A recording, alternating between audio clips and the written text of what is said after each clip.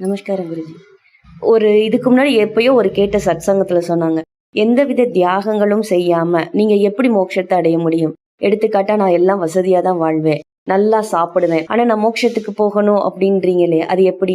வசதியான ஆடையா இருக்கட்டும், ஒரு ஆடம்பரமான வாழ்க்கையை நீங்க தியாகம் பண்ணாம உங்களால எப்படி மோட்சத்தை அடைய முடியும்னு ஒரு கேள்வி எப்பயோ கேட்டது.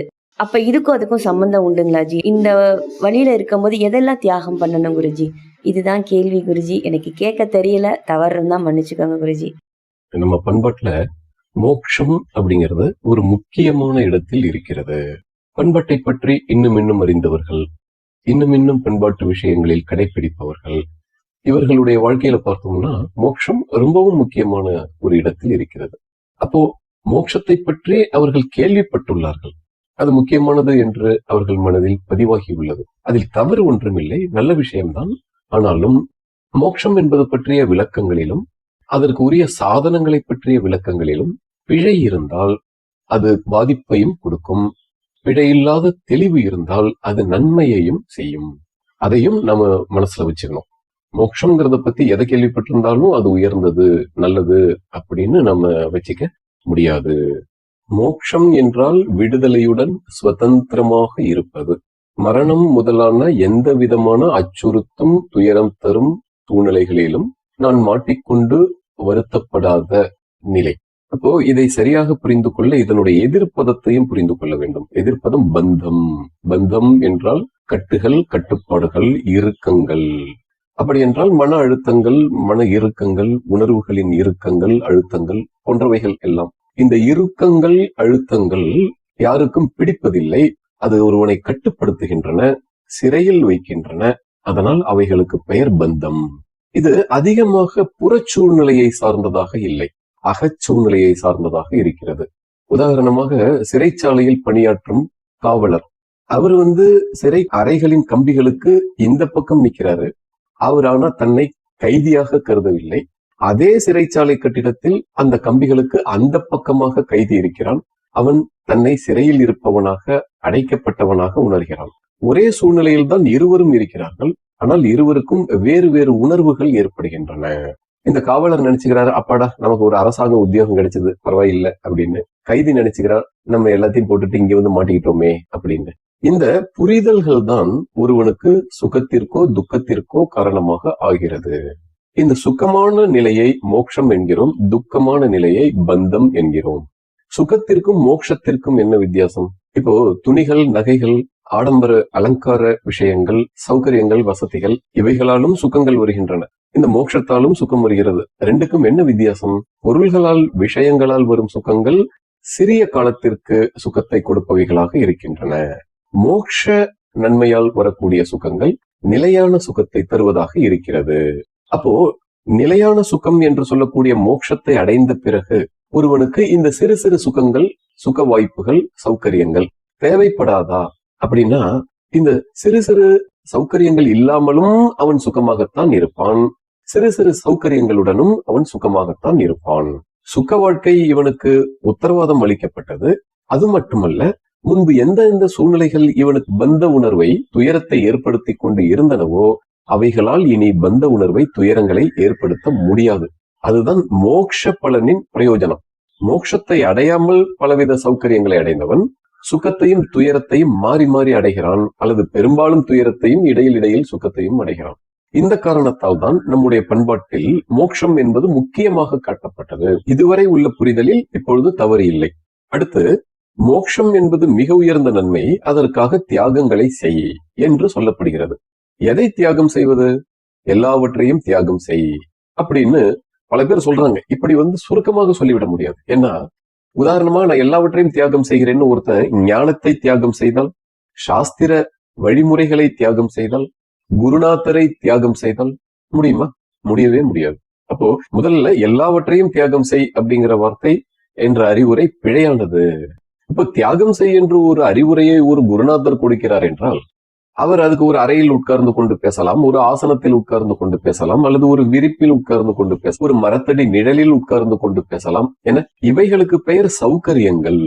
இந்த சௌகரியங்களே தான் செய்ய விரும்பும் கடமைகளை நல்ல விதமாக செய்ய உதவுகின்றன. போதிப்பவருக்கு ஒரு சௌகரியம் தேவை என்றால் கற்பவனுக்கும் ஒரு சௌகரியம் தேவைப்படுகிறது. அது மோட்சத்தையே பற்றி கற்றாலும் கூட. அப்போ இந்த சௌகரியங்களை தியாகம் செய்தால் போதனையும் தடுமாறும், கல்வியும் தடுமாறும். கத்தரிக்காய் விற்கும் ஒரு பெண்மணி தலையில் கத்தரிக்காய் கூடையுடன் கத்தரிக்காய் கத்தரிக்காய் என்று கூவி தன் தொழிலை நடந்து சென்று விற்பனை செய்கிறாள்.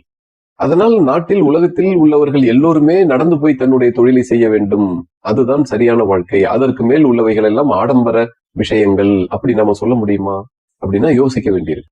இப்ப உதாரணமா எல்லா அரசு ஊழியர்களும் நடந்துதான் தங்கள் அலுவலகத்துக்கு போகணும் அப்படின்னு சொல்றோம்னு வைங்களேன். இதே கத்திரிக்காய் விற்கிற பொம்பளை மின்சாரத்துறையில போய் பணம் கட்ட போறா, அந்த பணத்தை வாங்குற அதிகாரி வரவே இல்லை, காலையிலிருந்து சாயந்தரம் வரைக்கும் நின்று பார்த்துட்டு திட்டிட்டு வரா. ஏன்னா அந்த அதிகாரி 100 கிலோமீட்டர்ல வீடு இருக்கு, தினம் வந்துட்டு போறவரு. இதை கேள்விப்பட்டதுல இருந்து நான் அலுவலகத்துக்கு நடந்து வந்துட்டு போறேன் அப்படின்னு முடிவு பண்ணிட்டாரு. என்ன, வீட்டுல இருந்து நடந்து வந்தாருன்னா அலுவலகத்துக்கு நடையிலேயே நாள் போயிடும். அதனால் நடந்து செல்வதுதான் எளிமையானது, வாகனத்தில் பயணம் ஆடம்பரமானது அப்படின்னு நம்ம உடனடியாக முடிவு செய்ய முடியாது. ஒருவருக்கு ஆடம்பர தேவை என்ற நிலையில் இருக்கக்கூடிய ஒரு விஷயம் இன்னொருவருக்கு அத்தியாவசிய தேவை என்ற பட்டியலிலும் இருக்க முடியும். அத்தியாவசியமானவைகளை மோட்சத்திற்காக கைவிடுவது என்பது சிறப்பு கிடையாது. அத்தியாவசியம் இல்லையா என்பதை எப்படி கண்டறிவது? ஒருவன் தனக்கு வரும் சொதர்மங்களை, கடமைகளை, வரும் கடமைகளை நல்ல விதமாக, மிக நல்ல விதமாக, இன்னும் நல்ல விதமாக செய்ய எவைகளெல்லாம் உதவி செய்யுமோ அவைகள் எல்லாம் சாதனங்கள் எல்லாம் அத்தியாவசியமானவைகள்.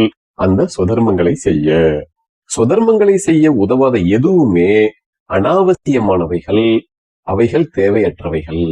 அப்போ சொதர்மங்களை செய்ய நேரடியாகவோ மறைமுகமாகவோ பயன்படக்கூடிய எதுவுமே அத்தியாவசியமானதுதான். அவைகளை தியாகம் செய்ய கூடாது, முடியாது. அப்படி இல்லாத அனாவசியமானவைகளை ஒருவன் தியாகம் செய்ய பழகித்தான் ஆக வேண்டும், மோட்சம் தேவை என்றால். தியாகம் செய்தல் என்றால் என்ன? இன்னைக்கு எனக்கு என் வீட்டில் இருக்கக்கூடிய பைக் எனக்கு பயன்படல, இன்னைக்கு ஞாயிற்றுக்கிழமை விடுமுறை, அதனால யார்கிட்டயோ தூக்கி கொடுத்துட்டு நான் தியாகம் செஞ்சுட்டு உட்கார்ந்துருக்கிறது, திங்கட்கிழமை அலுவலகம் போகும்போது ஆகா வண்டி இல்லாம போக முடியாதே அப்படின்னு வருத்தப்படுறது, இதுவும் தியாகம் கிடையாது. இன்று பயனற்றதாக உள்ள ஒன்று சில நாட்கள் கழித்து பயனுள்ளதாக, அவசியமான ஒன்றாகவும் வர முடியும். அதனால் அது சேமிப்பில் இருப்பதும் தவறு கிடையாது. அப்போ தியாகம் என்றால் உடனடியாக தூக்கி எறிவது என்று பொருள் இல்லை.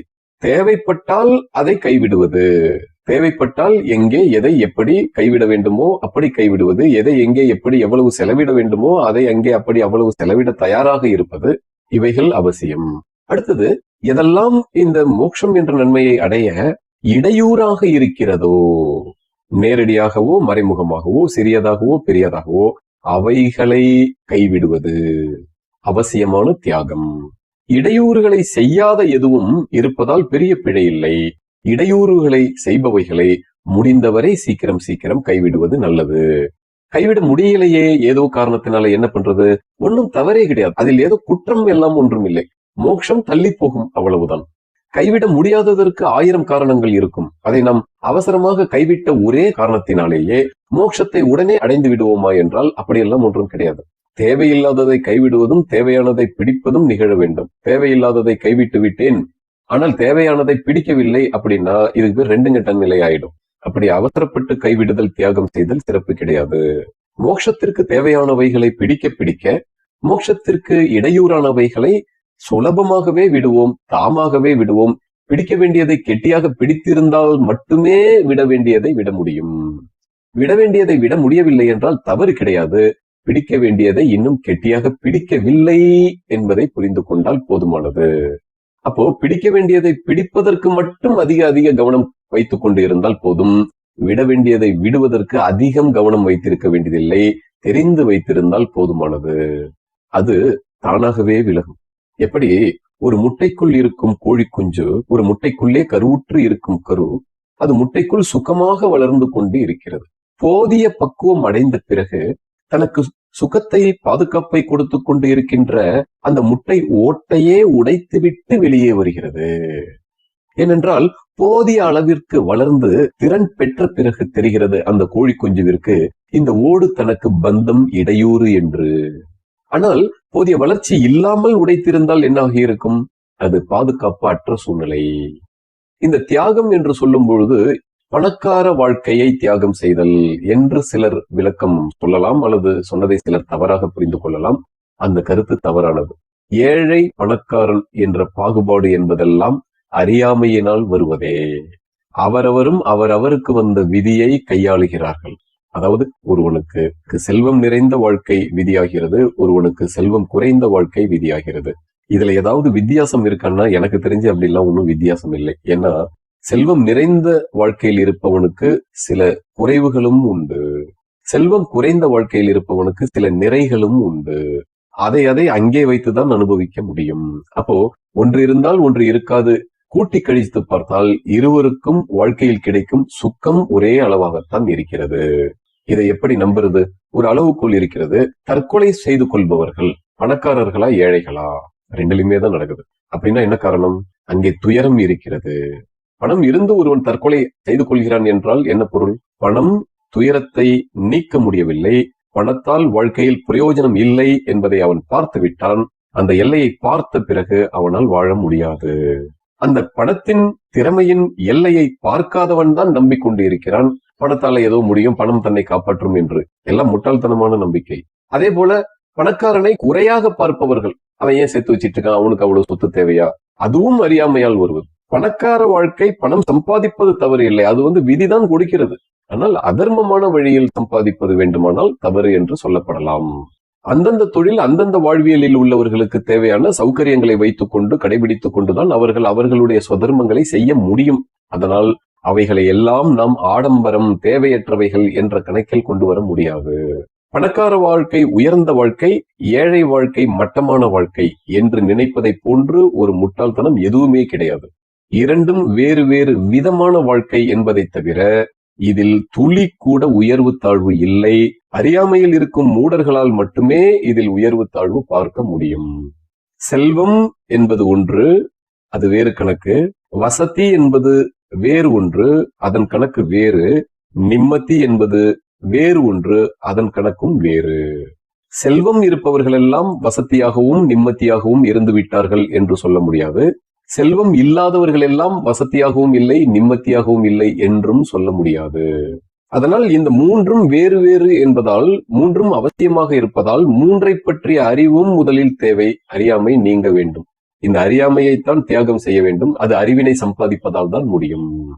இந்த அறிவை சம்பாதிக்காமல் ஒருவன் செல்வம் போன்ற எதையோ தியாகம் செய்வதால் அவன் மோட்சத்தை அடைந்து விட முடியும் என்று நினைத்தால் அது முழுக்க முழுக்க தவறான ஒரு நம்பிக்கை. அப்போ எனக்கு எப்போ இதை பற்றிய ஞானம் வருவது, மூன்றை பற்றிய ஞானமும் வருவது, நான் எப்பொழுது இவைகளை எல்லாம் சரியாக கையாண்டு நிம்மதியாக வாழ்வது என்றால், அந்த மூன்று விதமான விஷயங்களை பற்றிய ஞானம் வரும் வரை என்ன செய்ய வேண்டியது? தனக்கு வந்த கடமைகளை, தனக்கு வந்த விதி கொடுத்த சௌகரியங்களை வைத்துக் கொண்டு நல்ல விதமாக செய்ய வேண்டியது. அவ்வளவுதான். செய்து கொண்டே இவைகளுக்குரிய ஞானத்தை சம்பாதிக்கும் வாய்ப்புகளுக்காக ஏங்கி இருப்பது, விரும்புவது, சிறு முயற்சியாவது செய்வது. இதை தவிர வேறு ஒன்றும் செய்வதற்கு இல்லை மோட்சத்திற்கு.